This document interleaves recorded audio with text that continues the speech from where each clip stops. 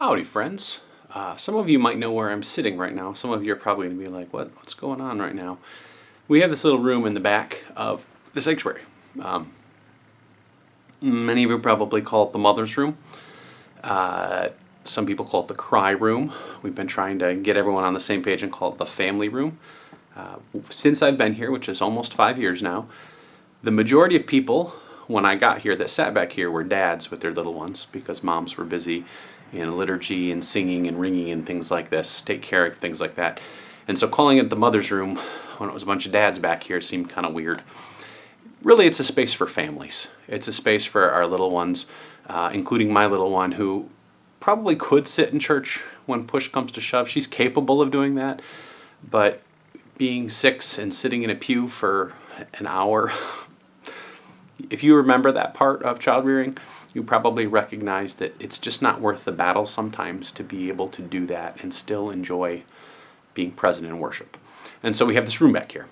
Now, many of you, if you've had little ones that you raised at this church, probably have been in here. Since I've been here, the furniture is roughly the same back here. I'm just going to give you a quick little disconcerting turn of the camera, so just heads up. See that beautiful carpet? I think that carpet has been here, my guess is, since about 1978, if it's any indication, because it's the same kind of carpet you'll find in all the old Sunday school classrooms. One of the things that Consistory talked about doing a long time ago and just hasn't happened because of trying to make everything happen in timing has been getting a new floor in here because the carpet is pretty gross. We've had it cleaned, and boy, oh boy, what came out was something else. And so over the next few weeks, maybe sooner than later, we've got a group of folk that are going to come in and put down a new vinyl laminate floor, one that's going to be easier to keep clean and take care of. So when the little ones are crawling or the children are crawling and making a mess in here, they're not crawling all over the filthy carpet that's as old as I am, something like that. So I'll give you some updates. But if you want a memento of this beautiful burnt orange carpet, I think it's Harvest Gold. This isn't Harvest Gold. It's not avocado, so I'm sure whatever the color orange they had back when I was a child there that matches the couch, which may have been here that long as well, holler at me and I'll save you a chunk.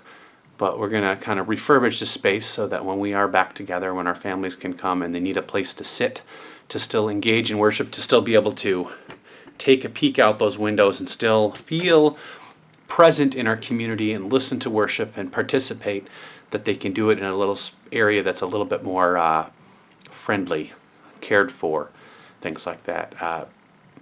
It's part of how we are hospitable and welcoming, especially to the little ones, that they know we care, that we don't forget about their space as well, as we've redone the sanctuary to be much more modern and clean and happy.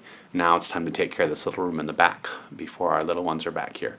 So I'll send you some progress when we go. Nothing real deep and theological unless you want to go with that whole you can't put new wine into old wineskins kind of thing, right? So if we want young people to feel welcome, especially our little ones, young families, to say the church cares about me too, then we got to take care of their space as well.